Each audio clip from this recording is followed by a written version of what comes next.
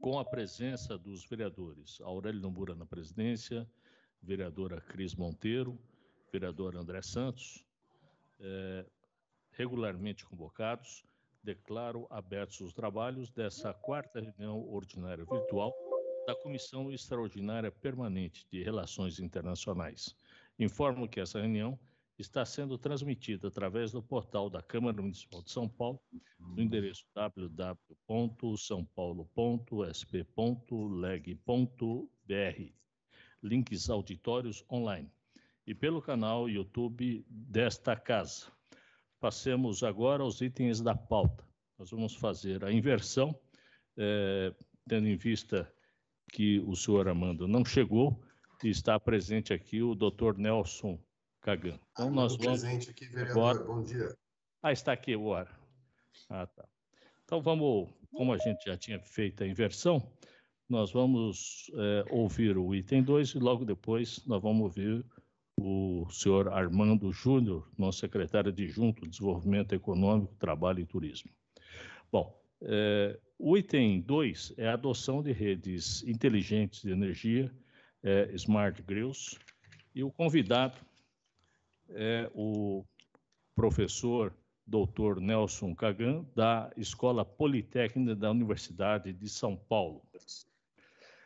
A Prefeitura de São Paulo, ela participa da Circular Cities Week 2019. Um pouquinho isso aqui? Não é, né?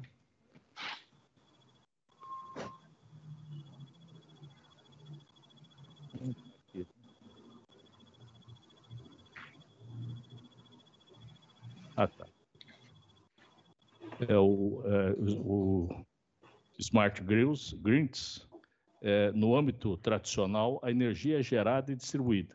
No âmbito inteligente, existem vários fluxos de energia. Então, existe essa questão da mudança de paradigma de fluxo de energia unidirecional para o fluxo de energia biredirecional. Segundo a empresa de pesquisas de energia, ligada ao governo federal do Brasil, a geração de energia é predominante renovável, utilizada pela oferta hídrica, mas também com derivados de cana, eólica e biodiesel. Está aqui presente o nosso professor, que eu gostaria de passar a palavra para que nós possamos entender um pouco o que representa essa nova alternativa energética. Por gentileza, professor, o senhor tem a palavra. Bom dia a todos.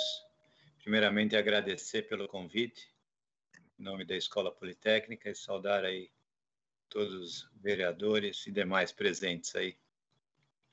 Eu queria, se possível, compartilhar aqui uma apresentação para dar uma ideia para vocês do que vem a ser as redes inteligentes, os smart grids, né? E como isso tem sido implantado aqui no nosso país, a importância disso para o nosso país, e também falar um pouquinho sobre o laboratório na USP, que está, digamos, dando um suporte, né, na aplicação dessas tecnologias aqui no Brasil. Ok. Se me permite, eu vou compartilhar aqui uma... Por gentileza, faça.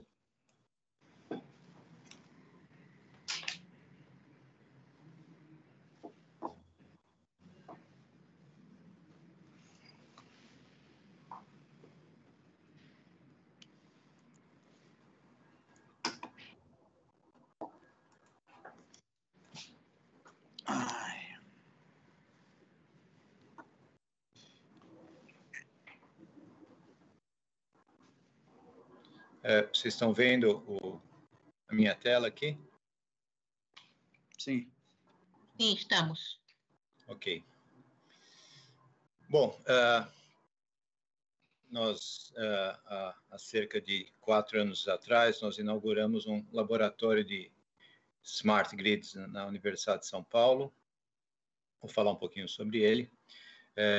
Smart Grids ou redes elétricas inteligentes é a mesma coisa, né? A gente fala um ou outro. Bom, nós estamos aí na Universidade de São Paulo, que com certeza todos conhecem, então não preciso falar muito da universidade, né? Esses eram números, não sei se estão exatamente atuais, mas em torno de 5.700 docentes, estudantes 88 mil, 15 mil funcionários, nos 7 campi aqui em São Paulo, no estado de São Paulo. Sobre o meu grupo de pesquisa, eu pertenço a um departamento da Escola Politécnica, que é o Departamento de Engenharia de Energia e Automação. E dentro desse departamento, nós temos um grupo de pesquisa ligado à regulação e qualidade da energia dentro da Escola Politécnica. Desde a década de 70, a gente trabalha dentro desse grupo, né? Eu fui orientado por um professor já falecido, o emérito professor Ernesto João Roba, que desde a década de 70 trabalhou muito na área de distribuição de energia elétrica, trouxe essa área para dentro do mundo acadêmico, para a área científica, e também com forte ligação com as concessionárias e empresas do Brasil. Por exemplo, em 1980, a gente já tinha um curso avançado de distribuição de energia elétrica. Na década de 90, junto com o Instituto de Eletrotécnica e Energia da USP, nós criamos um centro de excelência em distribuição, junto com as empresas aqui de São Paulo, na época a CESP, Eletropaulo e CPFL. Na época, desenvolvemos vários estudos regulatórios que culminaram com a privatização das concessionárias e os contratos de concessão. Em 2000, nós criamos o nosso grupo ENERC. Em 2004, nós criamos um laboratório de qualidade de energia dentro da USP, com o apoio da FINEP, Ministério de Ciência e Tecnologia. Em 2009, nós começamos as nossas, mais de 10 anos, essa área de redes inteligentes, né, que é uma extensão das redes de distribuição, mais modernas, a gente pode dizer assim, com mais tecnologia. Em 2012, nós criamos um núcleo de pesquisas em redes elétricas inteligentes na Universidade de São Paulo, que essa área é uma área bastante multidisciplinar. Em 2017, com a ajuda aí da EDP, por meio do projeto de pesquisa e desenvolvimento, nós criamos o Laboratório de Redes Inteligentes na USP. Vou falar um pouquinho para vocês sobre o laboratório, né? Um laboratório que tem tanto a possibilidade de estudos na área de qualidade de energia e de redes inteligentes. Dentro do laboratório, nós temos vários equipamentos para medição de energia e de qualidade, geração distribuída, possibilidade de fazer estudos em telecomunicações, em distribuição, em automação da distribuição, em sistemas de TI e assim por diante.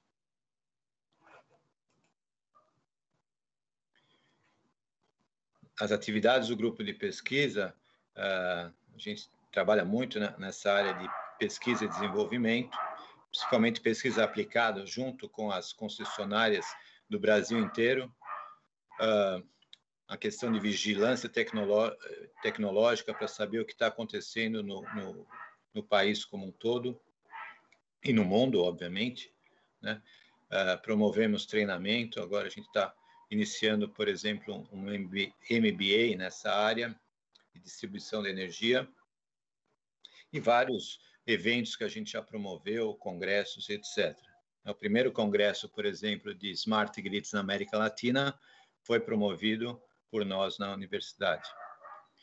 Então, nesse tempo aí, a gente já desenvolveu mais de 160 projetos de pesquisa e desenvolvimento junto com concessionárias de todo o país, um grande número de doutores e mestres formados no nosso grupo e muitas publicações aí dentro do grupo. São várias as áreas de pesquisa dentro do grupo ali, né? Uma área muito importante, por exemplo, é a área de perdas no Brasil. Essa área, principalmente perdas comerciais ou roubo de energia, é uma coisa que não se tem no mundo, mas se tem aqui muito no Brasil, infelizmente.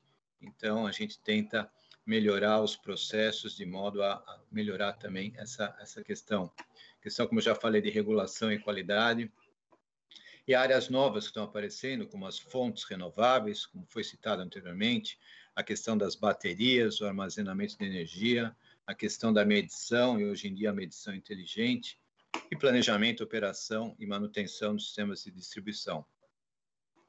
Aqui é só para dar uma ideia dos equipamentos que a gente tem no laboratório de qualidade. São equipamentos que permitem, dentro do laboratório, nós gerarmos distúrbios que acontecem na rede elétrica e analisar como os processos, por exemplo, processos industriais, vão reagir a esses distúrbios de forma até a ajudar o consumidor, né?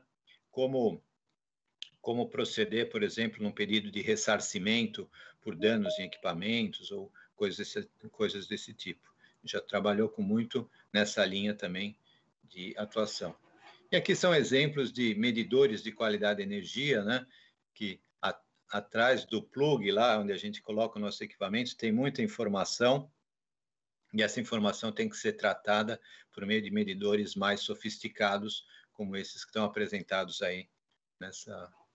E aqui dentro do laboratório, né, que a gente tem várias bancadas e possibilidade de vários testes e ensaios em equipamentos principalmente utilizados na indústria. Temos também a questão de geração distribuída dentro do laboratório. Temos aí, por exemplo, uma máquina diesel que pode entrar em paralelo com a rede. Temos também painéis fotovoltaicos, né, para análise dessas novas tecnologias ligadas à geração solar. Falando um pouco sobre as redes inteligentes, né, para entender um pouquinho melhor o que são os smart grids, esse aqui, digamos, essa transparência aqui mostra a rede, digamos, no passado, né, onde a gente tinha principalmente usinas, aqui no Brasil, como foi bem citado, as usinas hidrelétricas era o que a gente tinha de maioria, mas também as termoelétricas, né, as nucleares, são usinas distantes dos centros de consumo. Depois a gente tem um sistema de transmissão e aí um sistema de distribuição de energia. Então, tem um fluxo direcional das fontes de energia centralizadas até os centros de consumo nas grandes cidades, como é o caso de São Paulo. Isso aí tem mudado, né, nas últimas décadas, vamos dizer assim, para um sistema mais sofisticado, como está colocado aqui. Onde a gente tem várias fontes, por exemplo, agora a gente tem as fontes eólicas, nós temos as fontes solares, como a gente já citou, temos sistemas de armazenamento de energia, as baterias, e também na distribuição, a gente também já, mesmo na distribuição, a gente tem fontes de energia. Por exemplo, nos tetos de residências, agora a gente pode ter os painéis fotovoltaicos. Nós temos aparecendo os carros elétricos, né? Isso é uma das mudanças importantes, que antes a rede era uma rede passiva, passa a ser, principalmente a redistribuição, passa a ser uma rede ativa. O que quer dizer isso? Ela também tem geração de energia, e daí a gente tem um fluxo de energia que pode ser de consumo ou até de produção de energia por um consumidor. É o termo que a gente usa em dia, usa-se hoje em dia, não só consumidor, mas prosumidor. Ele consome e produz energia, né? E digamos, as leis, as resoluções estão mudando para isso de forma tal a adequar, quando você joga energia para a rede, você também ter isso contemplado na sua, por exemplo, na sua conta de luz como um crédito, né? Que acontece no Brasil hoje em dia. Então, esses fluxos de energia são agora, como foi citado anteriormente, são bidirecionais. E outra mudança muito importante é a questão da comunicação. Os medidores de energia, né, eles passam a ser medidores inteligentes, eles se comunicam, vão se comunicar com uma central, diferente do que acontece hoje em dia, onde um leiturista tem que ir na residência e fazer a medição. Com o medidor inteligente, vai ter um canal de comunicação entre o cliente e, digamos, a empresa, por exemplo, e esse canal é bidirecional também. Eu posso mandar minha informação, a informação do consumo de energia, mas também eu posso receber informações, por exemplo, receber informação no futuro de uma tarifa que está mudando ao longo do tempo. Então, essas são as modificações que a gente vê acontecendo, né? E que denotam que seja principalmente a rede elétrica inteligente. Nós estamos colocando mais, com essa quantidade de informações, chegando, por exemplo, aos centros de operação e aos centros de medição, a gente consegue colocar mais inteligência no processo, mais do que se tem hoje, e aí o termo redes inteligentes. Tá? Então, a rede inteligente é uma definição, uma rede capaz de integrar de forma inteligente ações de todos os usuários, quer dizer, o consumidor passa a ser ativo dentro do processo, ele já não é mais um passivo, ele pode gerar energia, consumir, gerar, ele vai assumir ambos os papéis, a fim da gente ter uma energia elétrica mais eficiente, sustentável, econômica e segura. Essa é a ideia de rede inteligente. Gosto de falar também que a rede inteligente é uma convergência tecnológica, né? Então, não é só um medidor que passa a ser um camarada mais inteligente, né? Podendo trocar informações com a concessionária. A gente também tem trabalhado também muito na automação da rede, os processos serem, os equipamentos serem automáticos, os equipamentos da rede serem monitorados e controlados à distância, de forma que eu não preciso, por exemplo, mandar uma equipe de manutenção, mas isso pode ser feito à distância a partir do centro de operação. Isso diminui muito os tempos de interrupção e as falhas que a gente tem na rede, né? Melhorando o que a gente chama de índices de qualidade no fornecimento. A questão da mobilidade elétrica e dos veículos elétricos que estão aparecendo aí cada vez mais no mundo e começa a acontecer no Brasil. A questão da automação residencial, industrial e comercial e sua integração com a rede inteligente, a troca de informações, por exemplo, e o controle de equipamentos de consumidores, de forma a gerenciar de forma mais inteligente o consumidor. A questão da geração distribuída, como eu coloquei, e depois as questões de infraestrutura de comunicação, as questões de serviços web e as questões de tecnologia de informação, tudo isso colocado no mesmo ambiente de forma sistêmica, né? As redes inteligentes estão acontecendo no mundo inteiro por diferentes motivadores, né? Os motivadores no mundo são a escassez de recursos naturais, a necessidade de melhorar a qualidade do sistema. Os sistemas as redes elétricas tornam-se mais antigas, então precisa modernizar essa rede e também oferecer novos serviços ao consumidor. Acho que não existe serviço com maior capilaridade do que a rede elétrica, né? O sistema elétrico, onde a gente chega a 99% dos habitantes aqui do país tem energia elétrica, por exemplo. Na Europa, as questões climáticas, né? Além das anteriores, e no Japão também, a questão de qualidade já é muito boa, então é basicamente os recursos naturais, questões climáticas e novos serviços. Vou pular esse e falar, principalmente aqui no Brasil, os motivadores, como eu comentei anteriormente, a questão das perdas comerciais, ou seja, principalmente o roubo da energia, que é uma questão que não acontece no mundo como um todo, né? Nos países mais desenvolvidos, mas aqui ainda a gente tem muito esse problema. A questão da gente melhorar os custos operacionais, né? Melhorar a qualidade do fornecimento de energia elétrica e propor também novos serviços ao consumidor que tem tanta demanda por esses serviços, né? Então, isso é o que a gente analisou, tem trabalhado principalmente com esses temas, mas com a mesma tecnologia que é usada lá fora, porém customizada. A rede elétrica está tornando-se mais observável, né? A gente consegue observar até o consumidor remotamente. Então, a gente vê um intensivo e complementar uso de várias tecnologias de automação, monitoração, diagnóstico, localizar faltas de forma automática, ao invés de uma equipe ir tentar localizar o defeito na rede, para depois realizar o reparo, essa localização pode ser muito mais rápida, já direcionar a equipe para o ponto do defeito, isolar o defeito e fazer com que os tempos de interrupção sejam menores possível. A questão da geração distribuída e o armazenamento de energia, a medição e você gerenciar o consumidor. Todas essas questões estão sendo tratadas atualmente, né? Algumas com mais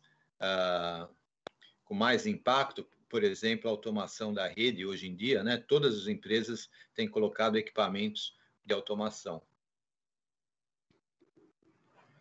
Tá, então, existem várias oportunidades, né? Eu coloquei algumas aqui. Quer dizer, antes era só o fio que representava a entrega do fio para o consumidor. Hoje em dia, a gente pode oferecer muitos mais serviços. O ambiente regulatório está em transição. Então, existem vários ajustes em andamento. Por exemplo, essa questão da geração do consumidor, a questão das demandas diferenciadas, né? Hoje em dia já existe, por exemplo, a tarifa branca, onde o custo de energia é maior em certas horas do sistema.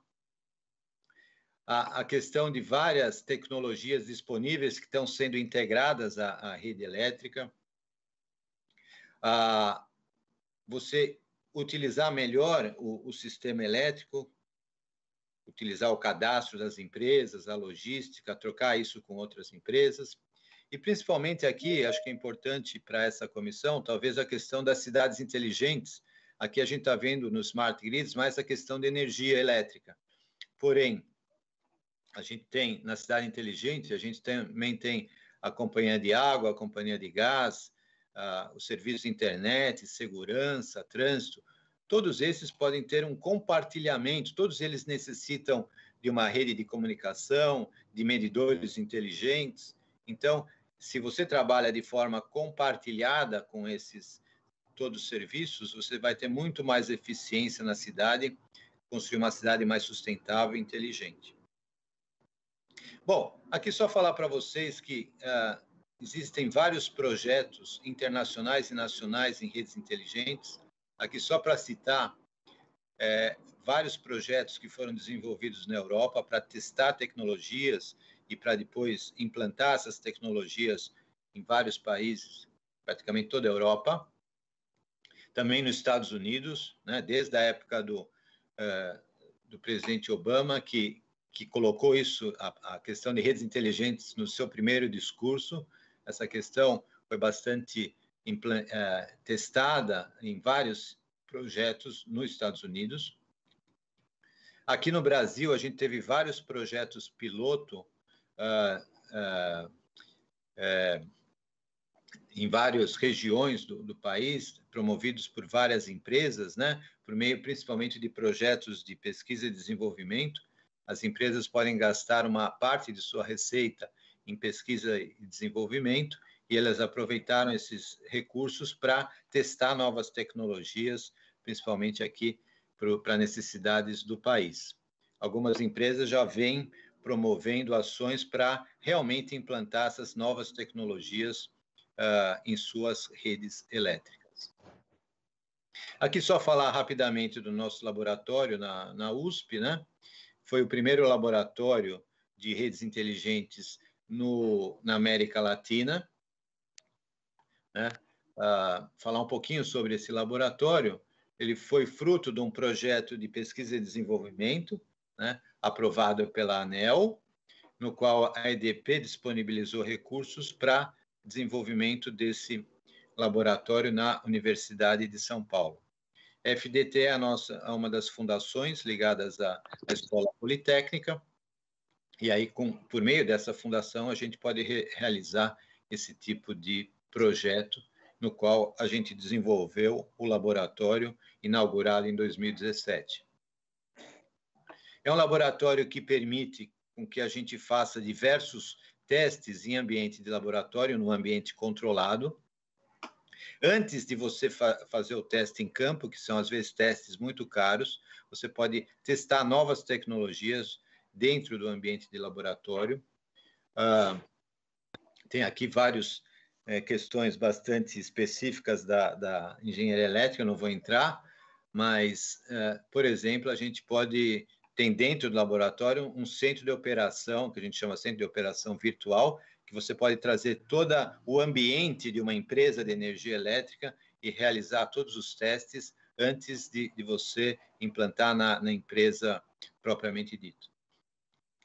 Aqui é só também um esquema, uma visão da rede elétrica inteligente, né? Aqui em cima seria todos os sistemas de TI de uma empresa de distribuição. Aqui embaixo, os consumidores sendo monitorados e toda, digamos, a problemática que a gente tem, né, de telecomunicações, etc. Também não vou entrar em detalhe, mas aqui a gente tem consumidores industriais, rurais, residenciais, comerciais, né? A questão da automação, os veículos elétricos, como esses equipamentos são monitorados, né? Passando para um centro de operação e você podendo controlar esses equipamentos à distância por meio dessas redes de telecomunicação. Esse, digamos, é o ambiente que a gente tem hoje de redes inteligentes. E esse ambiente a gente consegue simular num ambiente de laboratório, né? Nós desenvolvemos no laboratório um simulador de redes elétricas inteligentes e a gente pode trazer para dentro do laboratório, por exemplo, medidores inteligentes, trazer para o laboratório também relés e dispositivos inteligentes que estão ligados na rede e trazer também essa parte de cima, sistemas de TI que são utilizados nas empresas. Então, a gente consegue simular num ambiente de laboratório o que é uma empresa de distribuição do futuro, né? Por assim dizer. E aí são grandes temas que a gente tem estudado, né? Em pesquisas aplicadas, essa questão de automação, de centros de operação, da integração da geração distribuída, armazenamento de energia, a questão da medição inteligente, sistemas de TI, como eles trocam informação entre si, como a gente controla a demanda em consumidores, essa questão da tarifa dinâmica, a tarifa variar ao longo do tempo, que a gente paga de energia. E é um laboratório, apesar de desenvolvido com o apoio desse projeto junto à EDP, é um laboratório para a sociedade, para o setor elétrico, para a comunidade científica, né? E a gente tem trabalhado também nessa questão de cidades inteligentes com outros grupos de pesquisa, e tanto aqui no país como no exterior. Aqui é só uma ideia de vários equipamentos que são usados em subestações, a gente traz para o ambiente de laboratório. Aqui são vários desses relés e sistemas de controle que a gente traz para o laboratório. Aqui é um que a gente chama de ilha de medição, onde a gente está testando vários medidores inteligentes produzidos aqui no Brasil e produzidos fora também.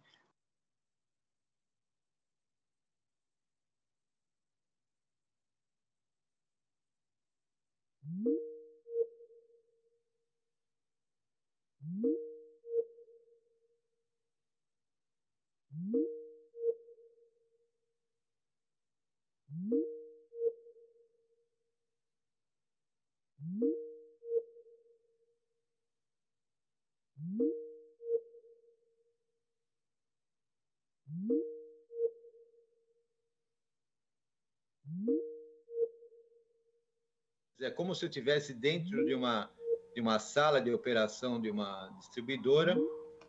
Você consegue enxergar todos os sistemas, né, que são utilizados na distribuidora, de tal forma que você consegue testar diferentes, que a gente chama de funcionalidades inteligentes. Então, é basicamente isso que eu queria falar, em poucas palavras, né, só para dar uma ideia para vocês, primeiro, do que vem a ser as redes elétricas inteligentes, né? Um pouco do que a gente faz dentro da Universidade de São Paulo, dentro dessa área, né? A gente tem trabalhado para dar um suporte, principalmente suporte técnico a empresas, a vários grupos no Brasil, né? Como a EDP, a Eletropaulo, hoje Enel,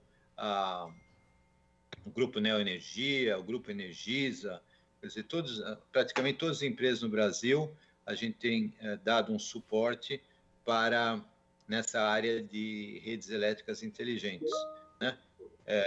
E as tecnologias estão aí, os custos estão diminuindo, né? Por exemplo, o custo de painéis fotovoltaicos, a necessidade de você integrar essas novas fontes, essas novas tecnologias no âmbito do setor elétrico.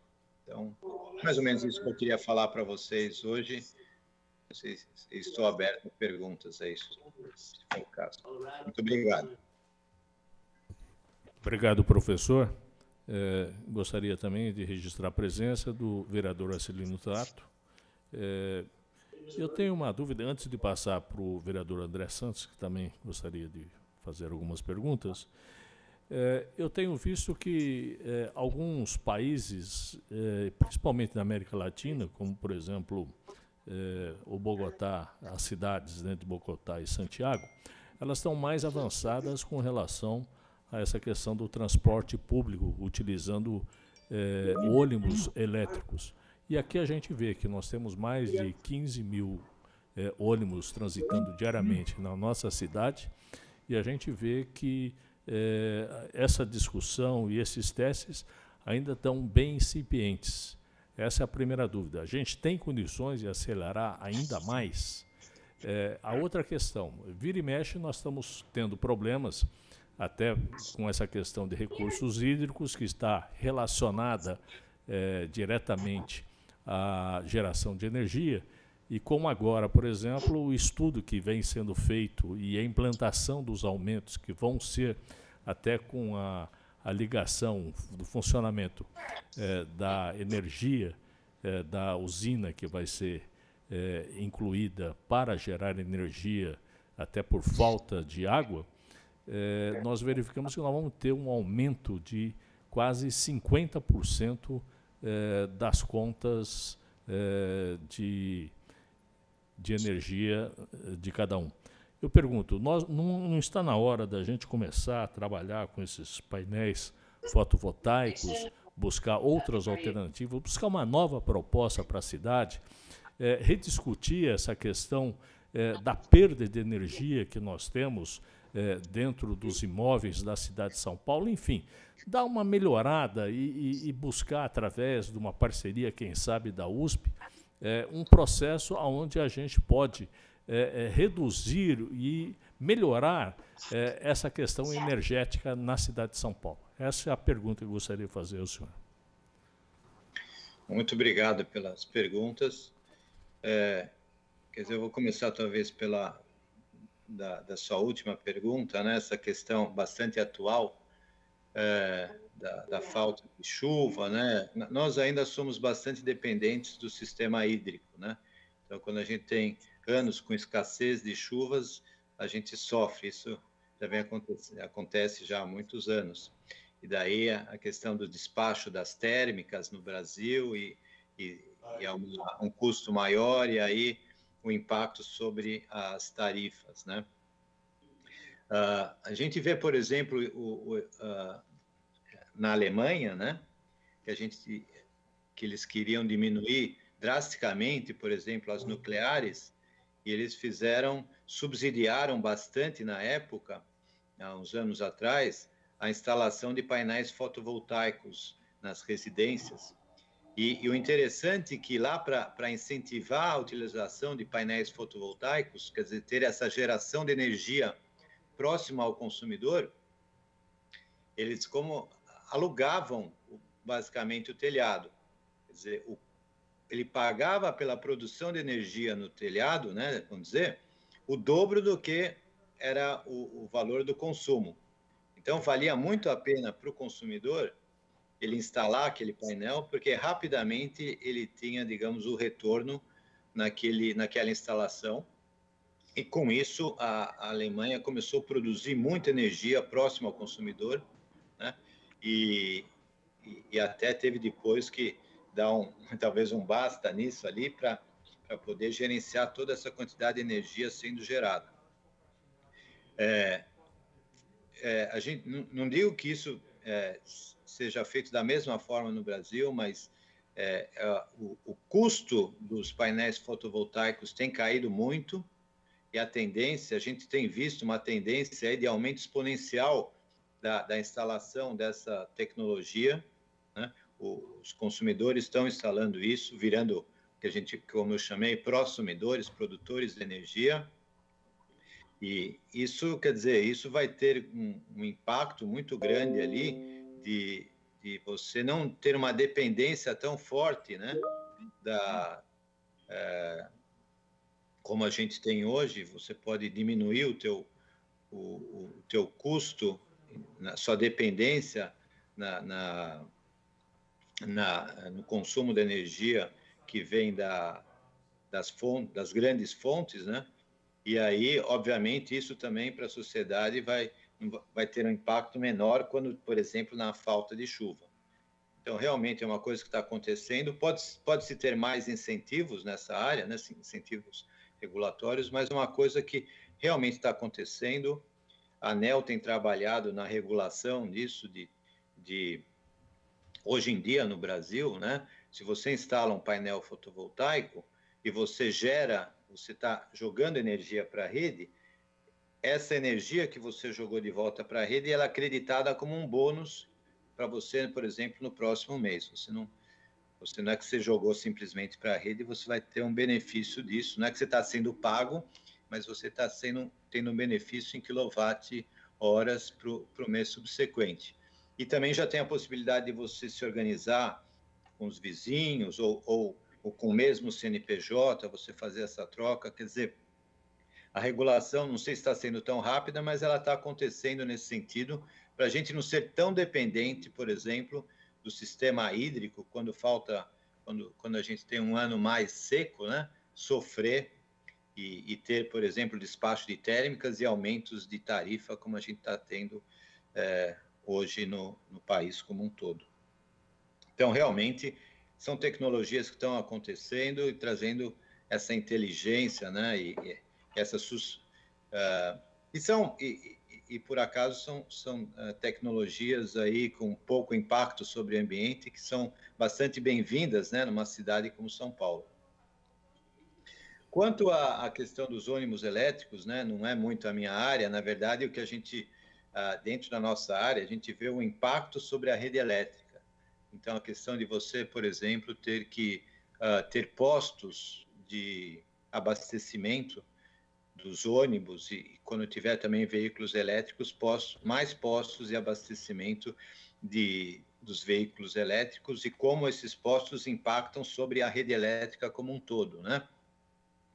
Mas é uma questão que realmente tem acontecido nesses países que o senhor comentou, e eu acho que a tendência é a gente ter aumento da frota de veículos elétricos como um todo, né? Não só para ônibus, como também veículos elétricos, né? Para uso das pessoas em geral. Então, eu acho que é uma tendência, né? Mas no Brasil ainda a gente tem o álcool, tem uma... Não sei se é o lobby também, essa possibilidade de maior eficiência nos combustíveis, né? Então, ainda, talvez por esse motivo, não tenha sido tão acelerado como em outros países. Mas é uma coisa que está acontecendo, como o senhor bem colocou, numa velocidade menor.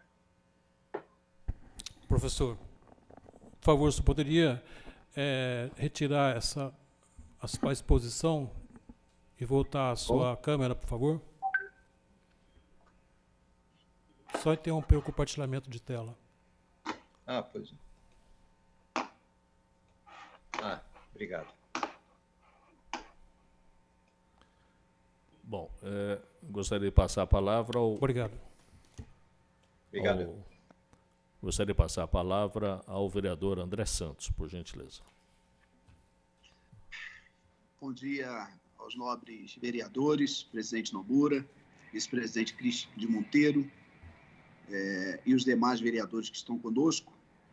Professor, muito obrigado mesmo pela sua orientação para nós. Estamos, assim, honrados com a qualidade da apresentação e entender que a gente ainda pode melhorar muito a condição do nosso país, da nossa cidade de São Paulo, e a informação ela é essencial para que essas coisas aconteçam. Devido ao nosso tempo, que certamente é curto, eu teria aí 4 perguntas para fazer para o senhor, mas para que os outros possam também fazer as perguntas, eu gostaria de fazer 2 perguntas em especial. Primeiro, o senhor falou sobre a questão das cidades inteligentes, né? E eu tenho essa curiosidade, não sei se o senhor tem essa informação,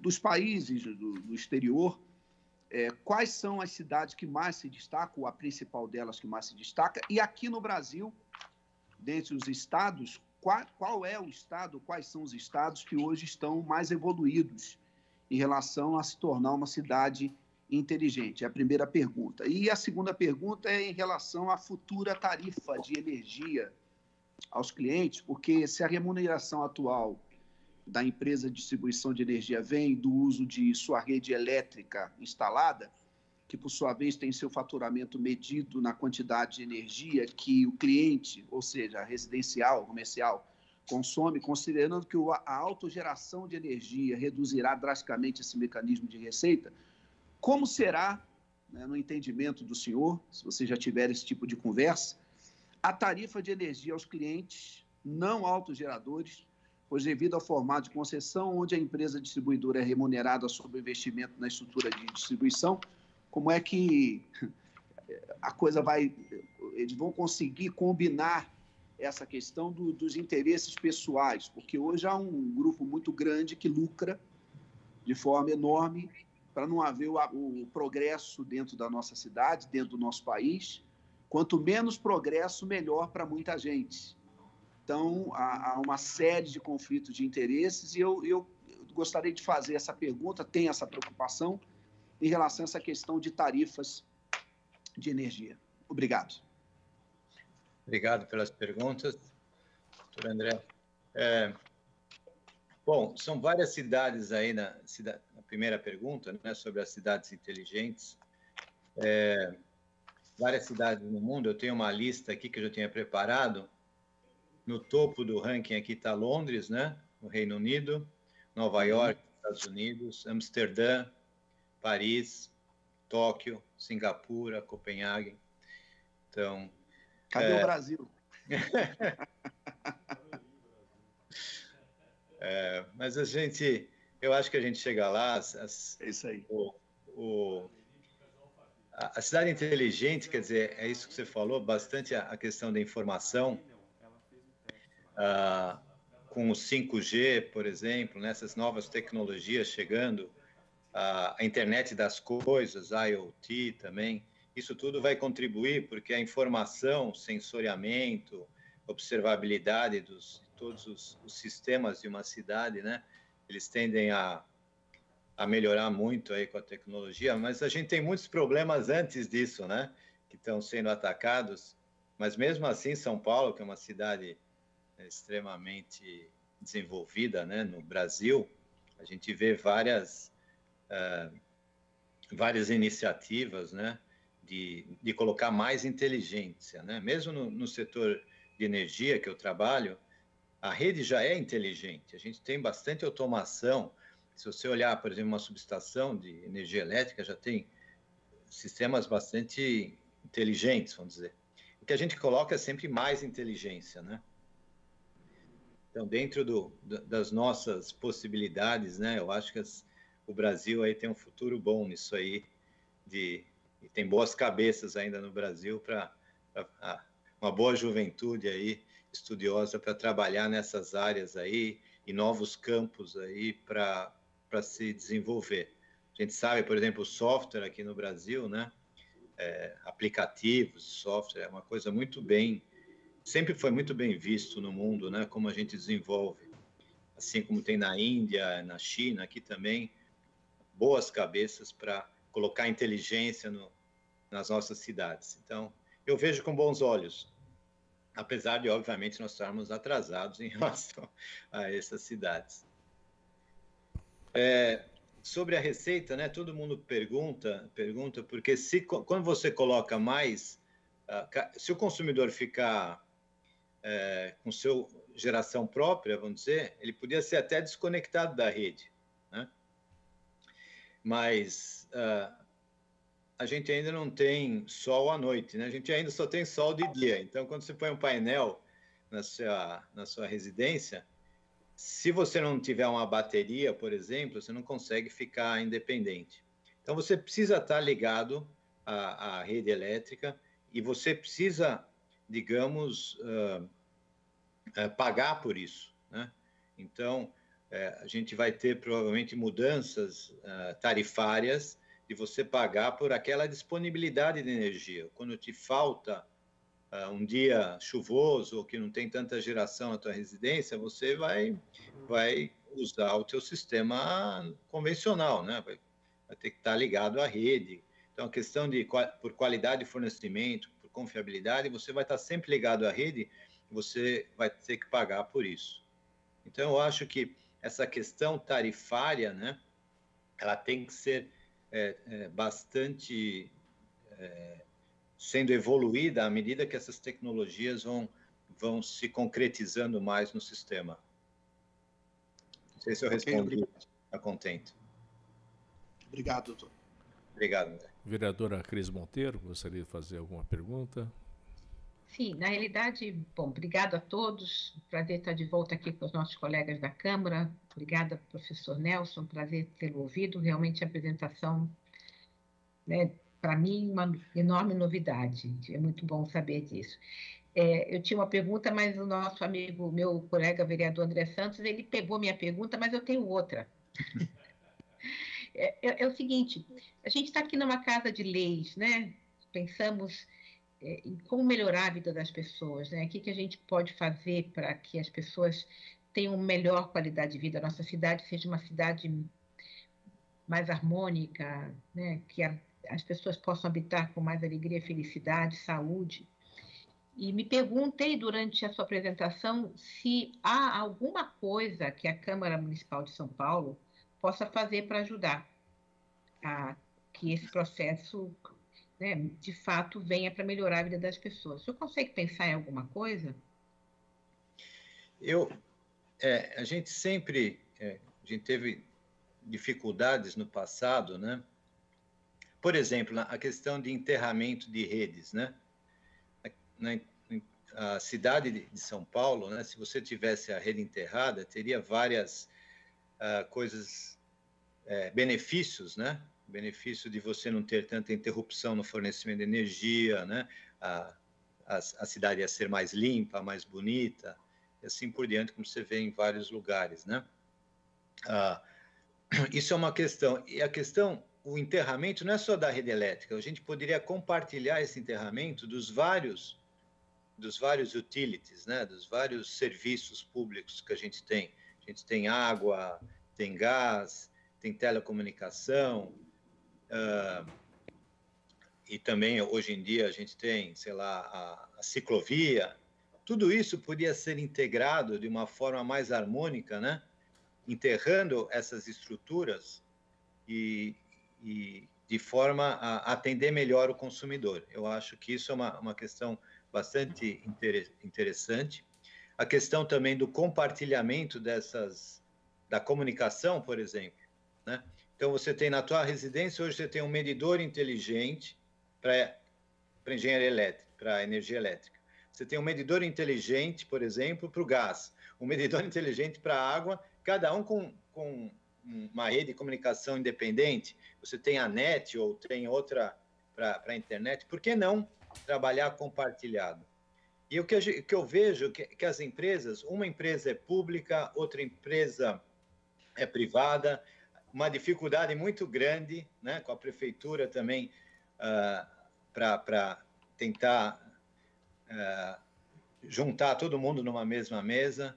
Então, eu, como universidade, né, a gente se coloca à disposição, nós somos neutros nesse processo, a gente gostaria de ajudar mais nisso, né, independente de trocas de governo, coisa assim, para a gente ter digamos, instituições que permitem a gente andar para frente, principalmente aqui na cidade de São Paulo. Eu acho que isso seria uma contribuição muito grande aí aí dessa comissão e também da universidade. Eu acho que é uma área bastante interessante para tornar, como você colocou, a vida das pessoas melhor. Ótimo. Obrigada, professor. Obrigado, Cris. Obrigado. Não sei se o vereador Arcelino Tato gostaria de fazer alguma pergunta. Não mais havendo, então, mais uma vez, em nome da Comissão de Relações Internacionais, gostaria, em nome de todos os vereadores, gostaria de cumprimentar o nosso professor, Dr. Nelson Kagan, da Escola Politécnica da Universidade de São Paulo, agradecer a sua presença, os esclarecimentos bastante importantes aqui para nós vereadores e colocar também à disposição a Câmara Municipal. O senhor tocou um ponto muito importante. Quando nós estávamos discutindo a PPP de iluminação pública, faltou exatamente essa questão da gente acoplar outros serviços que poderiam ser utilizados, não só essa questão da substituição das lâmpadas por lâmpadas de LED, mas colocar todos os serviços, né, que poderiam ser implementados dentro dessa PPP. Infelizmente, nós perdemos esse tempo, mas nada como nós possamos, quem sabe, retomar o mais rápido possível essa discussão. Mais uma vez, agradeço a presença do senhor e, em nome da Câmara Municipal, colocamos à disposição para qualquer demanda ou necessidade. Muito obrigado, professor. Um abraço. Eu que agradeço. Muito obrigado a todos.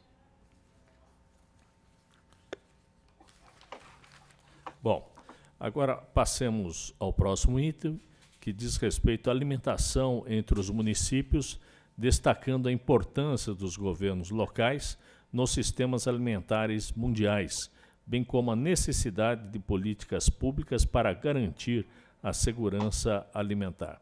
O nosso convidado é o senhor Armando Júnior, secretário adjunto de Desenvolvimento Econômico, Trabalho e Turismo. Está presente? Ele estava aqui no começo? Estou presente sim, vereadora. Me ouvem? Sim, Tá, eu ouço o sim, senhor. tá. Nós estamos ouvindo, bem. sim. Estamos ouvindo.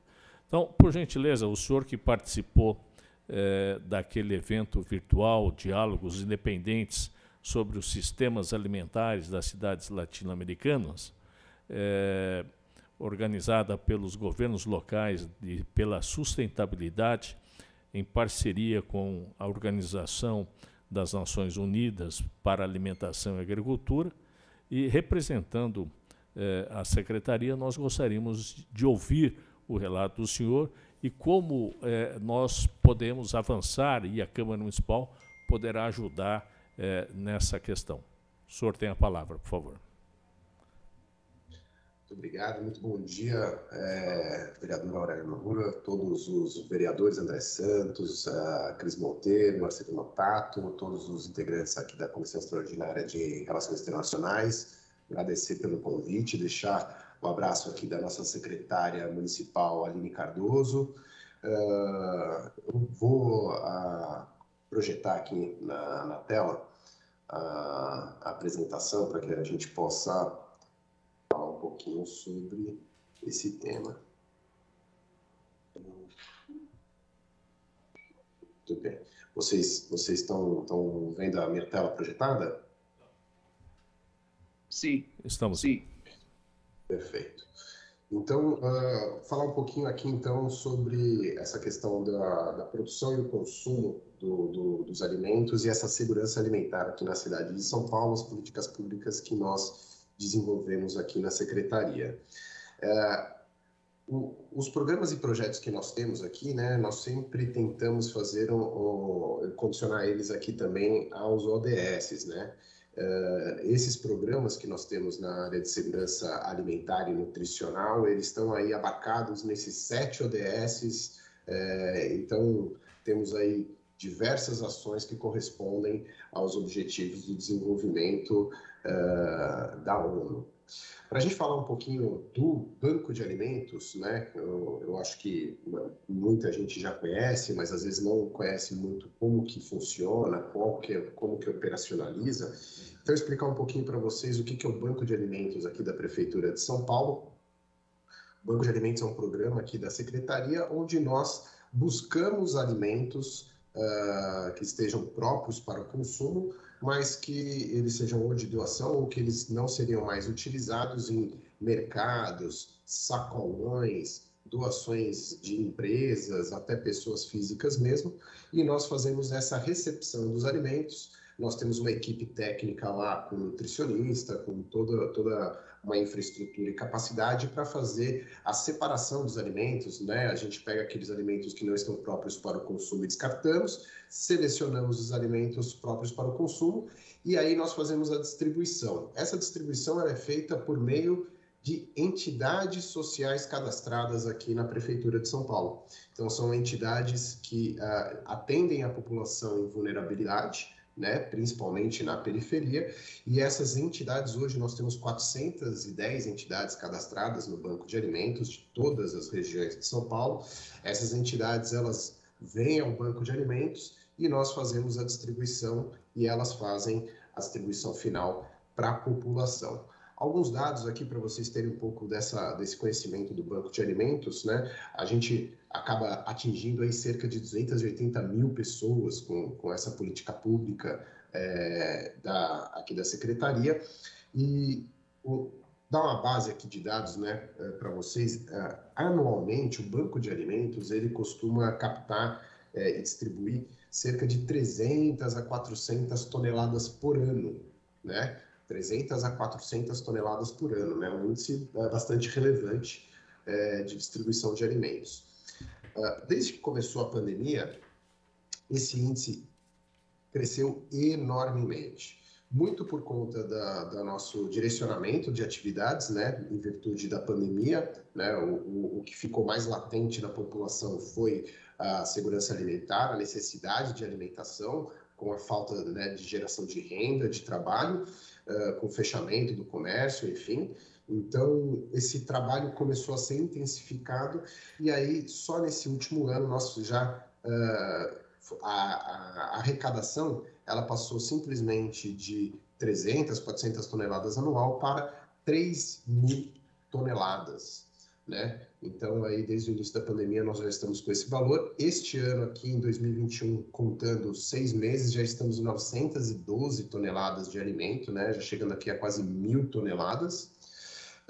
E, além do banco de alimentos, o trabalho também ele corresponde aqui com o Vacina contra a Fome, né? Que é aquele programa do governo do estado, lançado pelo governador João Dória, onde a população, quando vai se vacinar nos drive-thrus, UBSs e outros locais, ela leva 1 quilo de alimento não perecível, e esse alimento ele é direcionado para o banco de alimentos, né? Então, aqui nos drive-thrus nós já recolhemos 28 toneladas e nas UBSs 56 toneladas.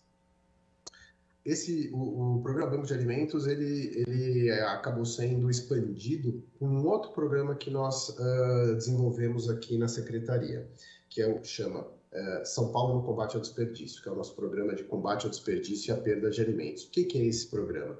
Nós identificamos que, principalmente nas feiras livres e em alguns mercados e sacolões, mas principalmente nas feiras livres, havia um desperdício muito grande de alimentos, né? Então, o feirante, às vezes, ele terminava o seu dia ali e sobrava um pouco de alimento e ele não tinha mais uma feira no dia seguinte, ele só ia ter uma feira 2 ou 3 dias depois. O que ele faz? Ele descarta esse alimento,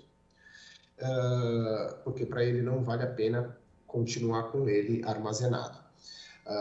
Esse alimento, o que a gente fez? A gente criou um programa onde nós desenvolvemos aqui algumas vertentes nele. Nós fazemos a sensibilização, nós fazemos a captação e nós fazemos a distribuição dos alimentos que eles sobram.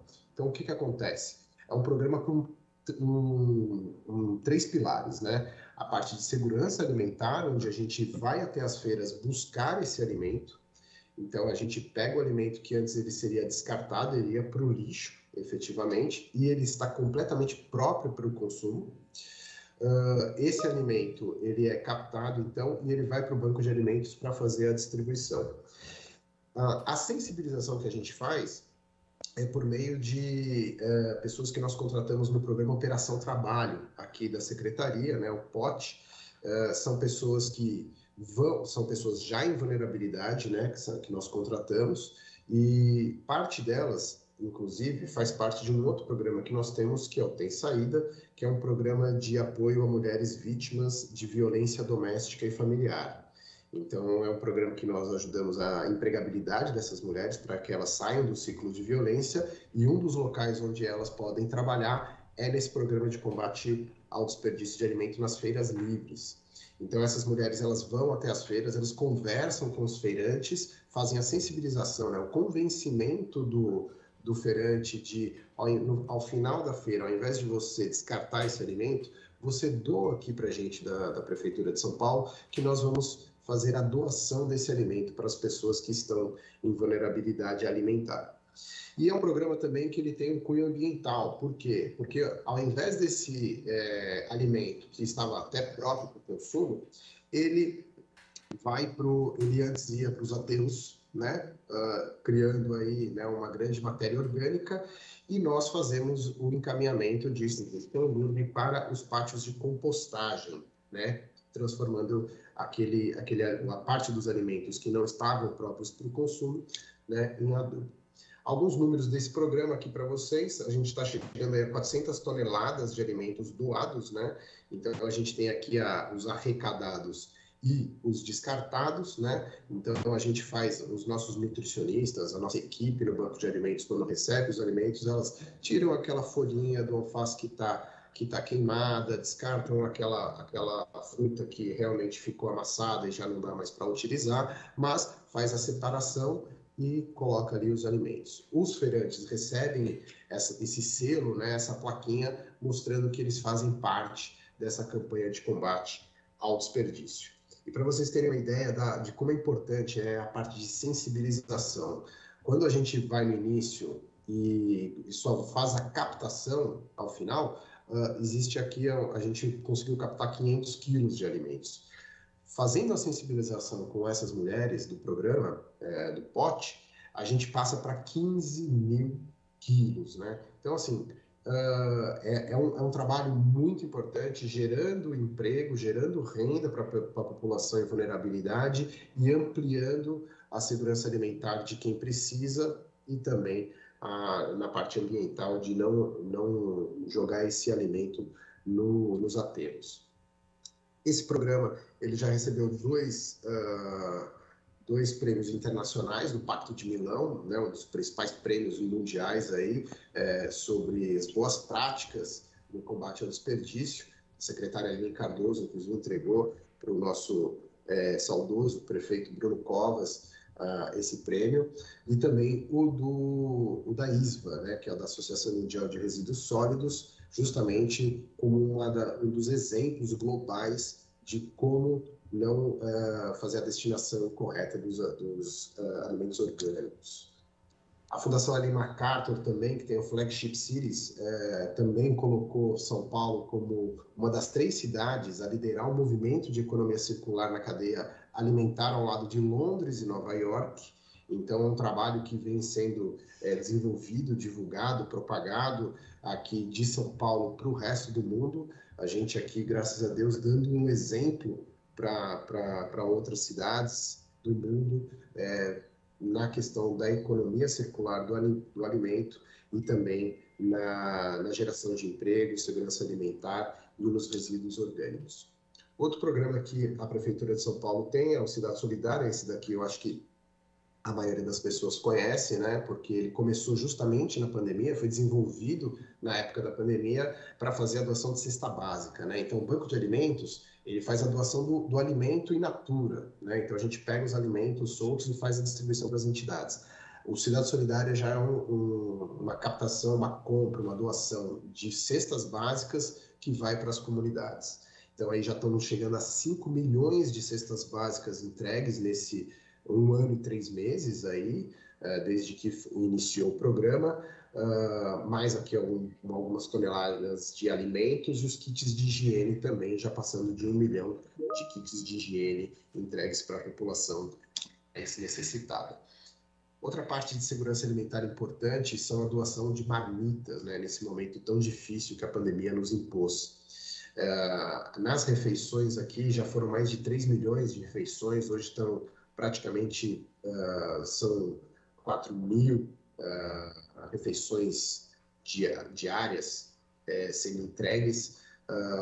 E aí a gente tem aqui 2 exemplos, que é o Rede Cozinha Cidadã, Cozinhando pela Vida, que são os programas que fazem com que tanto empresas quanto entidades sejam contratadas para a produção dessas marmitas, e essas marmitas elas são distribuídas para a população, principalmente nas periferias. E aqui tem um ponto que é, tanto na parte do Rede Cozinha Cidadã, ele é direcionado para as empresas, para os restaurantes, então apoiando aqueles restaurantes que estão com dificuldade, que estavam fechados, que tiveram ali o seu movimento com uma queda muito brusca, e eles tiveram aí nessa oportunidade a chance de fazer alimentos, vender e gerar a renda e manter os seus funcionários empregados. E o Cozinhando pela Vida, ele já era um programa direcionado para entidades, né? Então, ele era um programa que também vocacionado na questão da marmita, mas que ele contrata cozinheiras, qualifica cozinheiras, faz a produção das marmitas, e quando o programa acaba, essas cozinheiras elas estão qualificadas. Elas podem buscar um emprego nos restaurantes, elas podem produzir marmita para fora, elas podem começar a gerar renda a partir desse projeto. Também falando de segurança alimentar, esse dado aqui é um dado bastante interessante, né? A parte de agricultura na cidade de São Paulo, nós temos aí um projeto chamado Ligue os Pontos, que foi reconhecido, né? É um programa que recebeu o prêmio da Bloomberg Philanthropies, lá da Bloomberg dos Estados Unidos, que é um programa que ele apoia a agricultura urbana aqui da capital paulista com a qualificação e o acesso ao mercado. Ele liga efetivamente os pontos, né? Ele liga a nossa área de agricultura, São Paulo, até o nosso centro, né? Até o consumidor. Então, ele faz a conexão entre quem produz e quem compra esse produto, sejam os restaurantes, sejam as vendas de orgânicos, enfim, né? E ainda mais com uma parte de qualificação técnica desses agricultores para que a alimentação, o produto venha justamente com todas as certificações, com uma grande qualidade e produção, inclusive, fomentando a produção de orgânicos aqui na cidade de São Paulo. A gente, às vezes, fala de agricultura na cidade de São Paulo e as pessoas acham que não existe, né? Mas se a gente vê aqui pelo mapa, a gente vai ver que 30% da cidade de São Paulo ela é zona rural. Esse dado é muito interessante, porque é um dado muito pouco conhecido, né? 30% da cidade de São Paulo é de área rural, com a Zona Sul aí sendo a parte ali de Parelheiros, Marcilac, sendo a grande parte produtora, mas nós temos também outras partes produtoras aqui em São Paulo, tanto na Zona Leste quanto na Zona Norte. Agora, outros projetos que São Paulo está implementando agora nessa nova gestão aqui do prefeito Ricardo Nunes, né? São projetos que estão iniciando no nosso plano de metas, então são projetos que estão começando a serem desenvolvidos aqui na Secretaria de Desenvolvimento Econômico, Trabalho e Turismo. A gente vai começar a estruturar 400 hortas urbanas na cidade de São Paulo, né? Também naquele pilar de segurança alimentar, né? Porque essas hortas vão produzir um alimento e o alimento ele vai ser distribuído ali para a comunidade local. Ele é um programa de qualificação e geração de renda, porque nós vamos também contratar pessoas em vulnerabilidade social que vão participar do POT e vão poder trabalhar na terra, aprendendo uma nova profissão, cultivando essa terra e apoiando a comunidade local. E também é um programa de meio ambiente, né, de preservação ambiental, uso do solo, às vezes aquele solo que está ali perdido, ou até nessa outra foto aqui, uma horta suspensa, que às vezes você tem um terreno que não tem condição de fazer horta, mas se você suspende ele, você faz, porque a horta, o terreno embaixo, ele está infectado, mas você consegue fazer de diversas formas essas hortas. Além deles, a gente ainda tem o programa Estufa Escola, né? Vamos fazer 5 estufas aqui na cidade de São Paulo, que serão estufas escolas para a produção de sementes e também de qualificação desses potes, dessas pessoas. E também, por fim, para a gente terminar aqui a nossa apresentação, nós temos também os coworkings gastronômicos. Hoje nós temos 2 coworkings gastronômicos aqui na capital. Um fica no Butantã, no nosso CRESAM, nosso Centro de Referência em Segurança Alimentar aqui da Prefeitura de São Paulo, e o outro ele fica no Jardim Edite, né?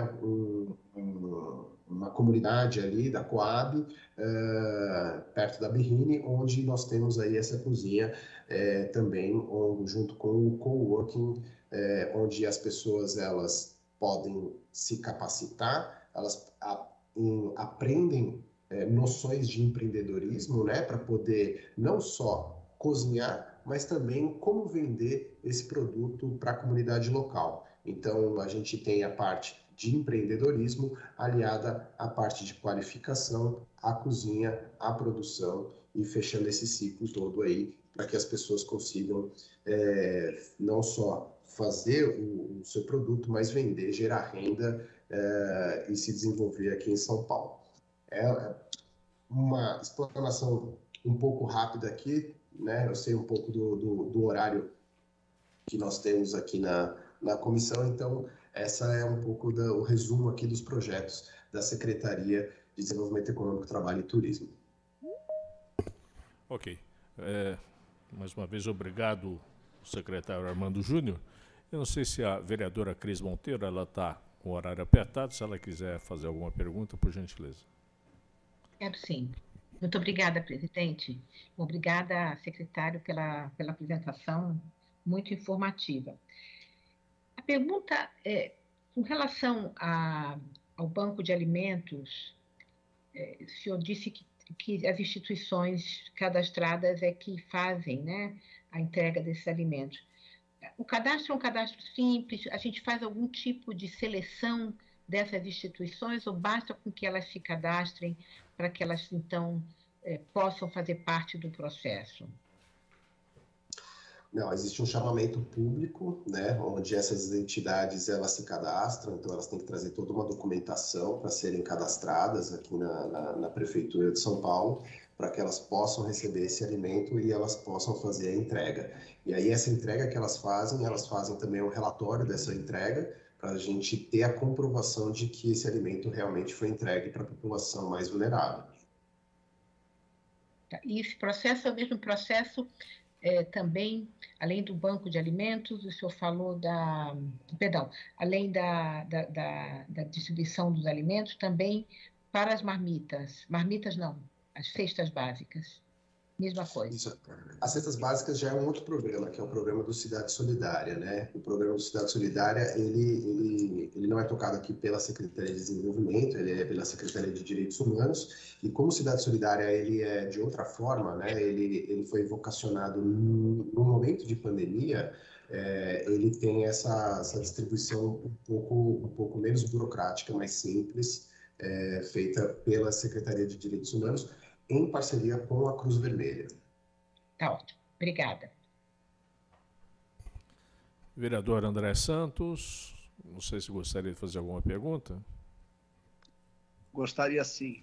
A Cris Monteiro acabou de me dar o troco, né? Eu acho que nós combinamos, Cris, entendeu? É verdade. Agora a gente precisa amarrar as perguntas. Eu iria fazer 2 perguntas. Uma já caiu, porque ela já fez. Vamos lá. Secretário, muito obrigado aí pela sua presença aqui. Tá um prazer revê-lo, tá? E quero parabenizá-lo e parabenizar também a secretária Aline, os demais, pelo excelente trabalho. Se eu não me engano, ela é uma das secretárias que mais tempo está numa pasta aqui dentro da prefeitura, mostrando a mais antiga, mostrando assim a eficiência do trabalho que vem sendo desenvolvido por ela. Bem, como a minha primeira pergunta já caiu, a Cris já me deu troco, como é feito, então, a questão, se você pode passar essa informação, da questão do mapeamento das pessoas que têm vulnerabilidade social e qual é o status atual da situação dessas pessoas em vulnerabilidade? Esse é um trabalho feito em conjunto com a Secretaria de Assistência Social, né? São pessoas cadastradas tanto no CadÚnico quanto nos sistemas da Secretaria de Assistência Social, e essas entidades, geralmente elas estão justamente nos locais onde tem o menor índice de desenvolvimento, né? Então, são entidades que já estão localizadas fisicamente nesses locais. Então, são entidades que atendem justamente nessa região. Dá preferência para essas entidades que atuam na localidade, é isso, né? Exatamente. Porque aí elas vão até o banco de alimentos, pegam esse alimento e vão até o local onde elas distribuem para a sua comunidade, ali, justamente no entorno de onde a instituição está alocada. Excelente. Obrigado. Eu que agradeço. Obrigado, Cris Monteiro.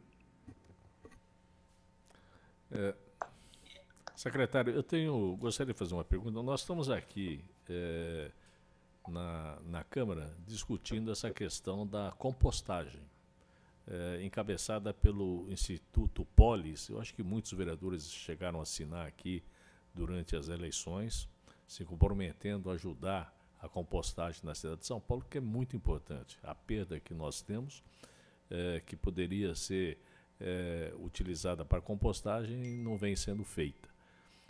A coisa é muito incipiente. Eu pergunto para o senhor se nós temos condições de, até aproveitando esses programas que nós temos, principalmente tendo em vista o vasto território de cultivo no nosso território, se nós temos condições de implantar conjuntamente essa questão da compostagem e distribuir exatamente para os agricultores. Sim, o composto, hoje ele já é distribuído para a parte tanto para os agricultores quanto para quem vai até um pátio de compostagem da prefeitura e quer pegar esse composto, né?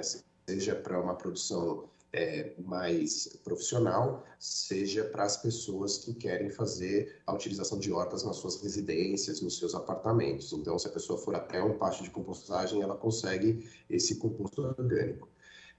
Os pátios de compostagem, hoje, eles estão sob responsabilidade da Secretaria de Subprefeituras, né, conjuntamente com o URB, né, que é a agência, né, que também está embaixo da SP Regula. Então, são ações que existem um projeto aí também de expansão, que já vem desde a gestão anterior, de expansão desses pátios de compostagem aqui na cidade de São Paulo, para que eles estejam não só em algumas regiões, mas em outras regiões onde existem uma grande quantidade de população, uma grande quantidade de produção de orgânicos, de resíduos orgânicos, e que esses compostos possam virar esses adubos, e aí essa distribuição ser feita. Esse projeto, inclusive, das hortas urbanas, né, que nós estamos começando a estruturar ele, é um projeto que ele também passa um pouco por isso, né? Porque é um projeto onde as pessoas elas vão até as hortas para buscar um alimento ou para aprender como fazer uma horta, e a ideia é a gente tentar integrar isso junto com os pátios de compostagem para que esses adubos cheguem nessas hortas, né, ampliando essa distribuição, e também, às vezes, se a gente identificar que há necessidade, criando pequenas composteiras em cada uma dessas hortas para que ela se reutilize na própria horta e também a população do entorno consiga utilizar esse adubo. Ok. Algum mais vereador queria fazer alguma indagação, alguma pergunta? Não. Vereador Cris. É um comentário, na realidade. Eu visitei o centro de compostagem na Lapa e eu não tinha a menor ideia, né, do que esperar, e eu fiquei fascinada com o projeto. É, de fato, extremamente interessante. Estive lá com o Rafael, se não me engano, o nome da pessoa que me recebeu e que me explicou. E parabéns, acho que a gente está no caminho certo com isso, né? Essa economia circular é a resposta para o que a gente precisa para ter um ambiente mais sustentável, enfim. Então, é só um comentário, na realidade. Ok. Bom, nada mais havendo, gostaria de agradecer a presença do secretário Armando Júnior, o secretário de Desenvolvimento Econômico do Trabalho e Turismo. Assim, agradecer a sua presença, eu acho que foi extremamente esclarecedor esse bate-papo que nós tivemos, e colocar à disposição da Câmara Municipal para a Secretaria, que dê um abraço à Aline, que ela vem fazendo um trabalho excepcional aí junto na liderança da Secretaria, e agradecer a presença mais uma vez em nome dos vereadores que compõem a Comissão de Relações Internacionais aqui da Câmara. Muito obrigado pela presença. O item terceiro, que nós vamos debater, a cooperação de amizade entre cidades irmãs de São Paulo e Santiago de Chile, direcionando para temas de mobilidade urbana, meio ambiente, sustentabilidade, planejamento urbano e direitos humanos. O convidado seria o cônsul-geral do Chile em São Paulo, o senhor Carlos Salazar Álvares. Mas, tendo em vista que Santiago realizou as eleições nesse último domingo e que vai haver uma mudança muito grande, o cônsul pediu para que fosse adiado, acho que quem sabe daqui um mês, então seria no segundo semestre, que nós estaremos discutindo e convidando o cônsul para discutirmos a quanto andam essas tratativas. Tem em minhas mãos um requerimento do vereador André Santos, que diz o seguinte: convite ao cônsul de Portugal de São Paulo, Paulo Jorge Nascimento, para participar na próxima reunião da Comissão Extraordinária de Relações Internacionais. O tema será a revitalização do Centro Antigo de Lisboa como exemplo urbanístico internacional. Os vereadores que concordarem com o presente requerimento permaneçam como estão. Está aprovado. Nada mais havendo a tratar, declaro encerrada a presente reunião, agradecendo a presença dos nobres vereadores e vereadora. Muito obrigado a todos. Obrigado, presidente.